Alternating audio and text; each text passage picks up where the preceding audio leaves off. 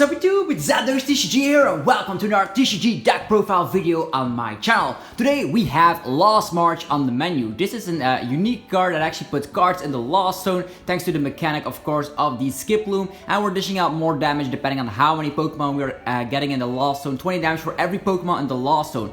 This is, I know what you're gonna say, has a bad matchup against Malamar decks with Spell Tag, doesn't have a good matchup against Ultra Necrozma, which can wipe our board completely, but other than that, it does become a little bit better after rotation because it still, of course, has its engine with Netball. It loses double card energy, so Natu cannot, consistently attack like before, but we do have alternate Grass-type attackers in the form of Ultra Beast, in the form of Kartana, and the Buzzwole and Pheromosa. So we do have a couple of ways we can get, of course, our prize cards, and also in a meta filled with tag team GXs, this is gonna be one of those one-shotting machines. If we get enough Pokemon in the Lost Zone, we can uptrade so fantastically against tag teams. Think about Charizard, Reshiram, think about Pikaram, etc., even Mewtwo, Mew. So this does have an edge against those kind of matchups, but against, of course, Malamar versions, you won't be doing that good. So let's go into this deck profile video. If you're enjoying the content already, be sure to mash the like button as always, since more deck profile videos are coming up and I give this support to make better and more content for you guys. So first up, 4 copies of Jumpluff. I know it only has 70 HP for stage 2. We don't even need rare candy because of course we're gonna be relying on Skiploon here. Skiploon has the flower path into the sky. Once during our turn, we may search our deck for a Jumpluff, put it onto this Pokemon, and all cards attached to them can go into the Lost Zone. So as a little example, we have a Hoppip. We evolve it into a Skiploom, that way these Pokemon go into the Lost Zone and you can search for a Jumpluff. So that's how we quickly get, of course, our main attacker into play. So we're gonna run a tick line, a 4-4 line of these Skiplooms and Jumpluffs, but also 4 Hoppips. So and technically it's a 4-4-4 line. So we of course gonna get our main attacker up and rolling. We're gonna be relying on the Professor Elm's Lecture. The good thing about that is that the Skiploom does also has 60 HP. Same goes for the Hoppip, so we can search out all these Pokemon immediately. So even the stage 1s, which is fantastic. Next up, we're gonna be running 1 copy of Natu. I know we don't have double cardless energy. You might even tag things like Counter Gain into the deck just to attack with it, but this is just in here because sometimes the opponent will have a Mewtwo and Mew tag team GX up in their field and they don't have Jirachi GX, for instance, and we just manually attach to Natu, promote something to the active position that we sacrifice because gusting is a little bit harder, and then we attach again. So 1 copy of Natu in situations like that. Also in the first turn, we can manually attach to a Natu if we happen to start with it, get it out of the active position, etc. But you can attach, and if we get 2 attachments going, we still can use Lost March. Then 1 copy of Kartana with the big cut. If we exactly have 4 prize cards remaining, we can dish out 130 damage for a single attachment. This will help us mainly to 2-shot.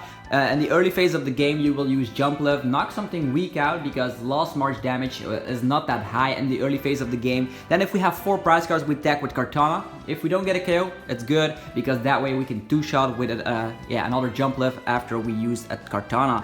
Then 1 copy of the Buzzwole and Pheromosa Tag Team GX. I know what you're saying, we're also running a Tag Team GX, but hopefully we don't start with it. If we don't start with it, it's fantastic. We do have a lot of basic Pokemon that we can start with, more on that later, because even Emolga is in the deck. But this can use Jet Punch to soften up some damage, but also for Beast Game GX. If we knock something out with that GX move, we can take an additional prize card, and if we softened up the damage with Lost March earlier, we can definitely take ourselves some more prize cards, so that's fantastic. Then for the other Pokemon here, we're gonna have 4 copies of Emolga with a Nuzly Gathering. Once during our turn, we can search our deck for a Pokemon that has Nuzzle as the attack and put it in the hand. So typically we will use this. It has free retreat, which is awesome. Then we search out an Emolga and we can immediately use Communication to just get whatever we want. So this is the main engine to get everything we want. Ultra Ball is gone, so that's our main mechanic nowadays. We use Nuzly Gathering, get one of those Emolgas, and then use Communication. The good thing is that we're also running the Lost Blender in here. That means if we don't want the Emolgas anymore, we can just simply put them in the Lost Zone thanks to that amazing item card. And the more Pokemon that are in the Lost Zone, the more damage we are dealing. This guy, Trumbeak, it's a stage 1, but with the ability we can also put it in the Lost Zone. We can check out the opponent's top deck, and if it's a supporter we can put it in the Lost Zone, otherwise we can return it to the top of the deck. Either way, Trumbeak goes to the Lost Zone. So these Pokemon are very easily, if we draw one, we can put them in the Lost Zone directly. So with of course Lost Blender and the Flower Path into the Sky ability and the Emolga being able to just spam himself out, we're definitely gonna get a lot of Pokemon in the Lost Zone. Then 1 copy of Oranguru because yeah, Ninja Control is still a deck and an archetype we have to look out for, and if we want to have an edge against that, we can use Resource Management to get all of our custom catchers back after we've used them.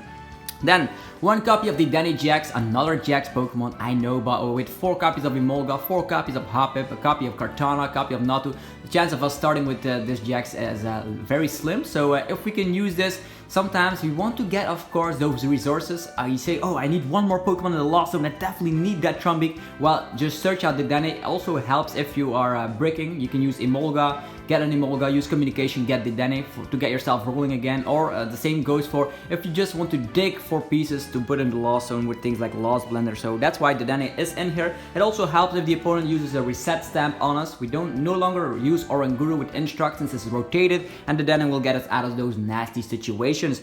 4 copies of Professor Elm's Lecture. Now we're going over to the supporters. This will help us early game to get an army of Hoppips up and rolling. You can search either Hoppip or even Skiploom. Natu is also searchable, but you definitely want to be using this on the first turn, so that's why we're running 4 copies of that, so we can ensure that. Next up, 4 copies of Cynthia. This is our draw supporter after the first turn. So after you use Elm's Lecture, we use Hoppip to get it on the board. Next turn we can also use Elm to get Skiplooms, but after that Elm is useless. So that's why we're relying on Cynthia afterwards to get, of course, our refreshing our hand and get everything we want. Next up, the item cards. 4 copies of the Nutball. It searches out a basic grass type. It's for instance Kartana, Buzzwole Pheromosa GX, or Hoppip. This is nice to just get, oh yes, the opponent has only 50 damage remaining. We can take an additional prize card, use Nutball, get your Buzzmosa GX up and rolling. So 4 copies of the Nutball will also search energies. It searches basic grass types and energies. Then 4 copies of the Lost Blender. Lost Blender is just a consistency card booster that we can just put 2 cards from our hand in the Lost Zone and we can draw a card. Why is this good? Because you don't need all these Emolgas. You just use Emolga to get another Emolga, use Lost Blender and put it in the Lost Zone. Same goes for the Oranguru. You don't always need it in every matchup, and that's why these are in here to make sure that we have, of course, the speed necessary to one-shot opposing GXs or tag teams. Because with Lost Blender, Flower Path in the Sky, the Mountain Pass of Trumbeak, we can get Pokemon in the Lost Zone very, very quickly. Then 4 copies of the Communication. As mentioned, it's an ideal combo card with the Emolga, with the Nuzlocke Gathering, but also can get, of course, jump lifts out of your hand. Sometimes, if you want to use the ability of Skiploom and then there's a jump lift in your hand, that's unfortunate, but with Communication you can put it back in the deck so we can use the ability, and it can also search out whatever you want.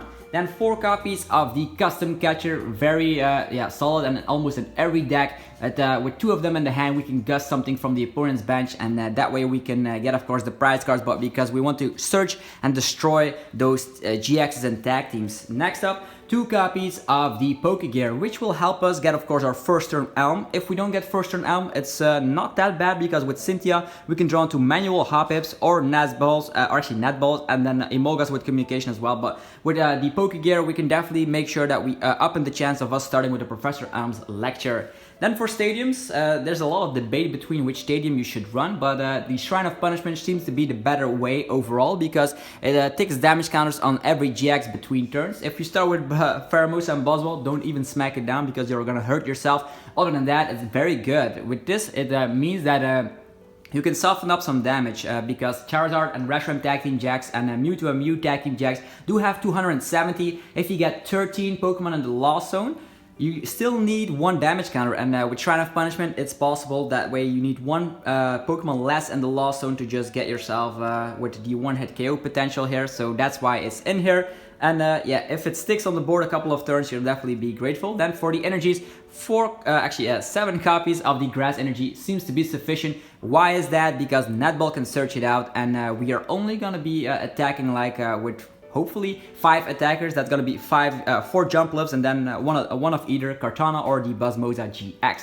So this is it for another deck profile video on the channel. If you enjoyed it, be sure to demolish the like button. Let me know what you think about this particular deck profile. Are you either gonna run it with Lily, or are you a bigger fan of Professor Elm's Lecture? I certainly, from testing, Professor Elm's Lecture has not disappointed me so far, so I'm curious to hear your opinion. Also, let me know in the comment section which deck profile you want to see next for post-rotation, and I'll be sure to get onto it. Anyhow, have a fantastic rest of your day, and I will see you guys in the next video.